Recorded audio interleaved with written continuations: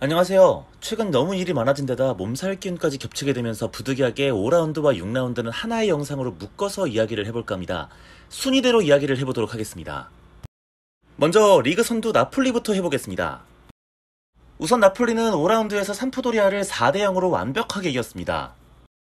전반전부터 삼프도리아가 강하게 압박을 걸면서 나폴리가 약간 당황해하는 모양새를 보여줬는데요. 그러면서 삼프도리아가 많은 찬스를 만들었지만 오스피나 골키퍼의 선방으로 버텨냈습니다. 그리고 나폴리에는 오시멘이 역시나 엄청난 모습을 보여줬습니다. 무시무시한 역습 속도를 보여주기도 했고요. 끝까지 볼을 따내는 집념을 보여주기도 했는데요.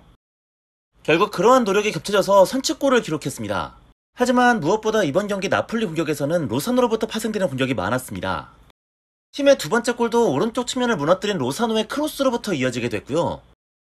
세 번째 골과 네 번째 골은 모두 로사노가 크로스로 어시스트를 기록하면서 들어가게 됐습니다. 완벽한 힘의 차이를 보여줬던 나폴리, 파비앙 루이즈는 골도 기록했지만 94%가 넘는 패스 성공률로 나폴리 대승에 힘을 보탰습니다. 기세가 바짝 올랐던 나폴리였습니다. 6라운드에서도 칼리아리를 만나서 2대0으로 가볍게 승리를 추가했죠. 오시멘의 괴물같은 모습이 계속해서 이어졌던 6라운드였는데요. 이번 경기도 팀의 선취골을 기록했고요. 끝까지 수비를 버텨내면서 PK를 유도하기도 했습니다. 그리고 이런 1인 역습은 이제 오시멘에게는 기본 옵션이 됐어요. 어쨌든 이런 오시멘의 활약 덕분에 나폴리는 리그 개막 6연승을 질주하고 있는데요. 회장님, 제가 5판 연속 먹었습니까? 6판 연속 먹었습니까? 6연승? 앙귀사의 활약 역시 엄청납니다. 이번 경기 패스 성공률 96%가 넘었습니다. 최고의 영입이 되어가고 있는데요. 이번 경기에서는 덴메까지 돌아오게 되면서 나폴리의 중원은 한층 더 뎁스가 깊어지게 됐습니다. 다음은 2위 밀란을 살펴보겠습니다. 밀란은 5라운드에서 승격팀 베네치아를 만나서 2대0의 승리를 챙겼습니다.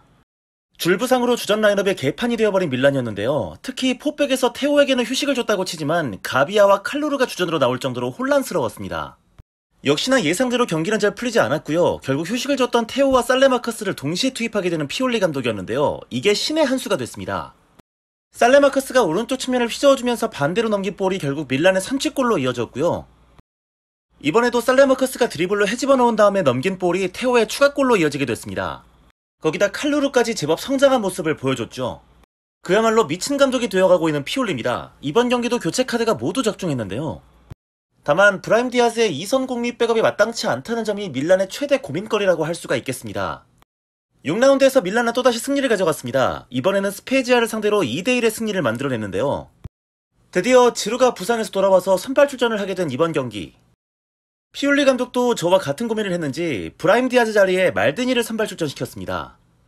스페지아에서는 드디어 은졸라가 부상을 다 털고 선발 출전을 했습니다. 그러면서 밀란을 상당 부분 고전하게 만들었는데요. 반면 말드니는 초반에 헤매는 모습이었습니다.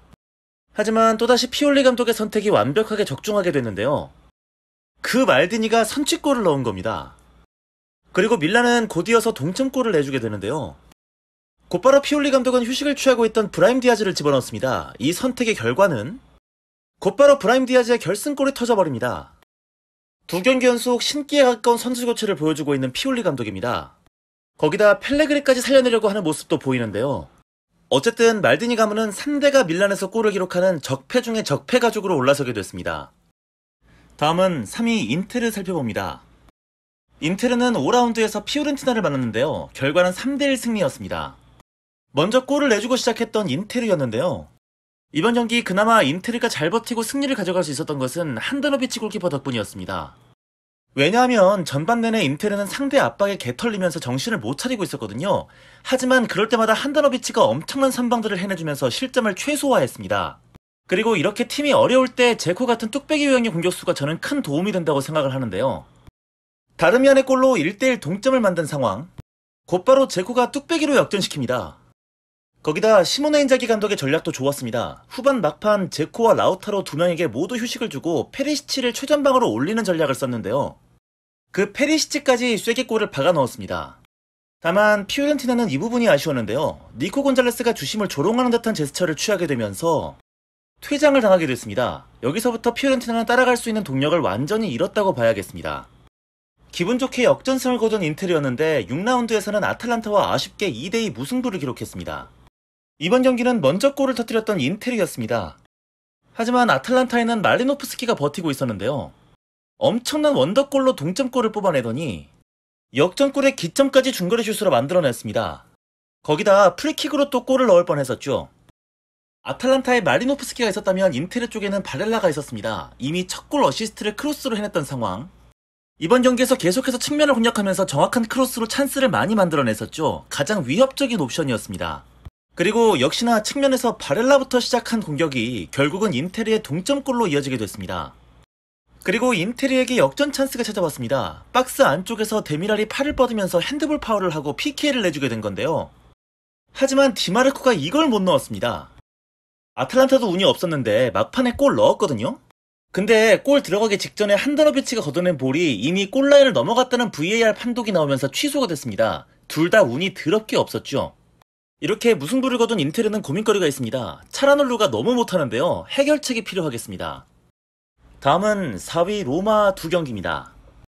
로마는 5라운드에서 일단 우디네세를 1대0으로 이겼습니다.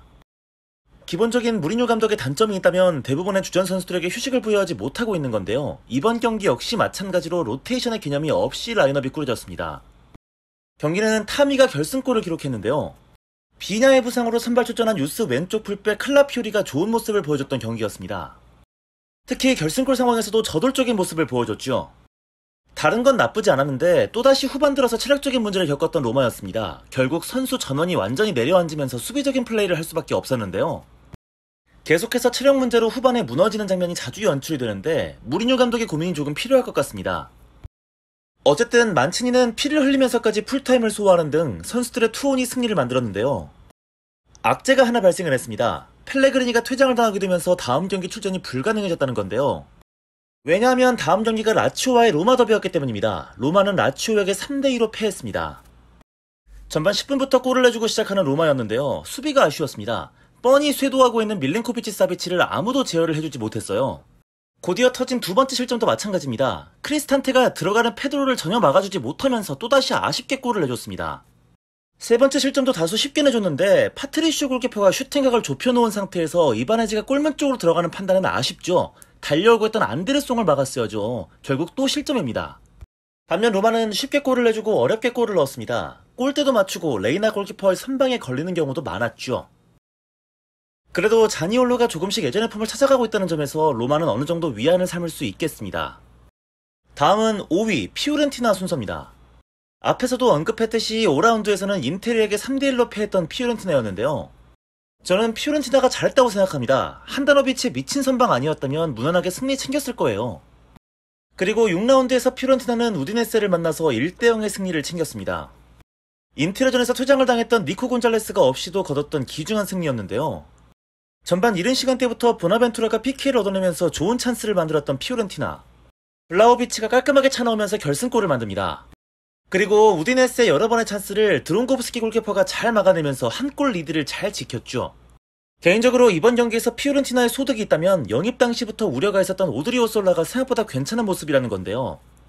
반면 카이호는 점점 폼이 눈에 띌 정도로 내려가고 있어서 반드시 대체자가 필요하겠습니다. 다음 순서 6위 라치오입니다. 라치오는 5라운드에서 토리노를 만나서 1대1 무승부를 거뒀습니다.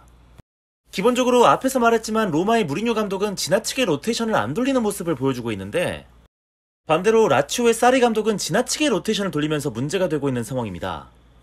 이번 경기가 딱 그랬는데요. 라울 모로의 카탈디의 아크프로까지 지나치게 많은 주전 선수들을 빼고 경기에 임했습니다. 이럴 때 딱 새로 영입한 자카니가 필요한 상황이 아닐까 싶었는데 부상으로 빠졌어요. 그러면서 당연하게도 공격 작업이 매끄럽지 않았던 라치오였습니다. 그리고 토리노의 피아차에게 선취골을 내줍니다. 하지만 놀랍게도 무슬모 자원 무리키가 상대 수비수 지지에게 PK를 얻어내는데요. 임모빌레가 집어넣고 경기를 무승부로 끝냈습니다. 그래도 최근 카탈디가 루카스 레이바의 출전 시간을 나눠 가지게 되면서 어느 정도 미드필더 운용에 숨통이 트이고 있는 라치오라고 할 수 있겠습니다. 이후 6라운드에서 지역 라이벌 로마를 3대2로 꺾었던 라치오. 두 번의 라운드에서 안데르송의 측면 활약이 꽤 쏠쏠했는데요. 앞으로도 기복 없이 이런 플레이 자주 좀 보여줬으면 좋겠습니다. 다음 순서 이제 7위 아탈란타입니다. 아탈란타는 5라운드에서 사스올로를 만나서 2대1로 이겼습니다. 자파타가 돌아오면서 어느 정도 공격력이 다시 살아나고 있는 아탈란타인데요. 마리노프스키의 어시스트로 고젠스의 선취골, 그리고 자파타의 어시스트를 받아서 자파코스타가 추가골을 넣었습니다. 반면 사스올로의 공격수 고민은 계속 이어질 것 같습니다. 데프렐이 완벽한 찬스 엄청 날려먹었어요. 그래도 베랄라드가 시즌 첫 골을 넣은 것은 고무적입니다.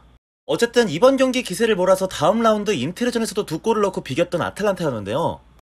팀 공격과 관련해서 반가운 소식이 있습니다. 무리엘이 드디어 부상에서 회복했다는 소식인데요. 하지만 악재도 있었습니다. 챔피언스리그 영보이스와의 경기에서 고젠스가 부상을 당했는데요. 한동안 경기를 못 뛸 것 같다는 진단입니다. 다음 9위 토리노는 가볍게 이야기를 좀 하겠습니다. 특히 지지는 그래요. 다쳤음에도 불구하고 안면 마스크 쓰면서 투혼 불태우는 거 멋있다 이겁니다. 근데 이런 파울은 뭐냐는 겁니다. 뒤에서 발로 선수 까면서 PK 내주고 결국 이길 수 있던 경기 비겼죠. 근데 곧바로 그 다음 경기에서 또 뒤에서 선수를 발로 까요. 그러면서 PK 내주고 퇴장당하고 또 팀은 이길 수 있던 경기 비겼습니다. 오늘도 유리치 감독은 주름살이 하나씩 늘어갈 예정입니다. 이제 마지막으로 10위 유벤투스 순서입니다. 일단 5라운드에서 유벤투스는 스페지아를 3대2로 이기면서 어렵게 시즌 첫 승에 성공했습니다. 모이스 켄의 선취골로 먼저 앞서간 유벤투스였는데요. 스페지아는 기아시가 원더골로 동점을 만듭니다.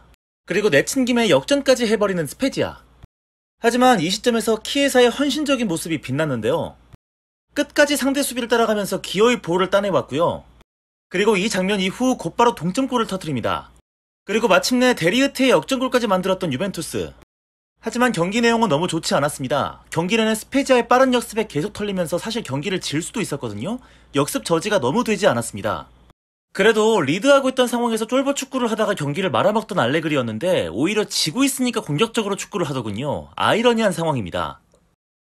6라운드에서 유벤투스는 연승을 만들었습니다. 삼프도리아를 상대로 역시 3대2 승입니다. 전반 10분 만에 디발라가 환상적인 첫 골을 뽑아냈는데요.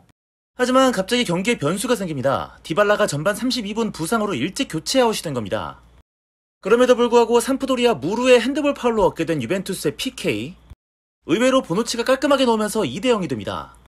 그리고 삼프도리아 수비진의 실수로 유벤투스에게 공이 전달됐고 결국 이번 경기도 유벤투스가 3득점째를 해내는데요.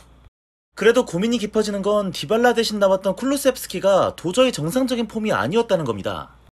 기본적으로 킥도 부정확해지고 볼을 받을 때 퍼스트 터치도 완전 죽어버렸습니다. 하필이면 모라타와 디발라 두 명이 모두 부상으로 빠지게 됐기 때문에 쿨루셉스키의 폼 저하는 더더욱 고민거리가 될 수 있겠죠. 어쨌든 리그에서는 계속해서 실점을 피해가지 못하는 알레그리 감독인데요. 다음 경기는 또 어떨지 궁금해집니다. 이번 영상은 이렇게 여기서 마무리를 하겠습니다. 다음 주에 7라운드 정리 영상 들고 돌아오겠습니다.